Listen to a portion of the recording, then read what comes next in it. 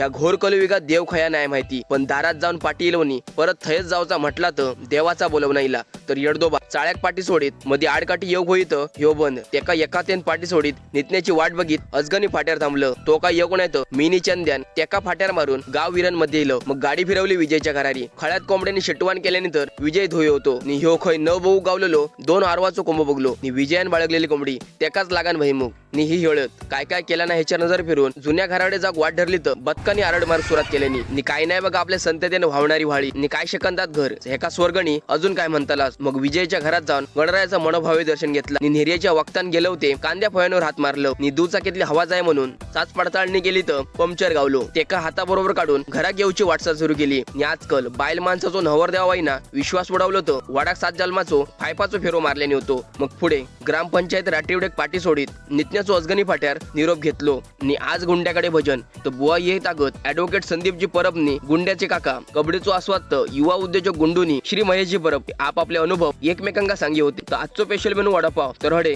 लगबग चालू होती नि बाळूकाकांच्या सुस्वर आवाजात भजन.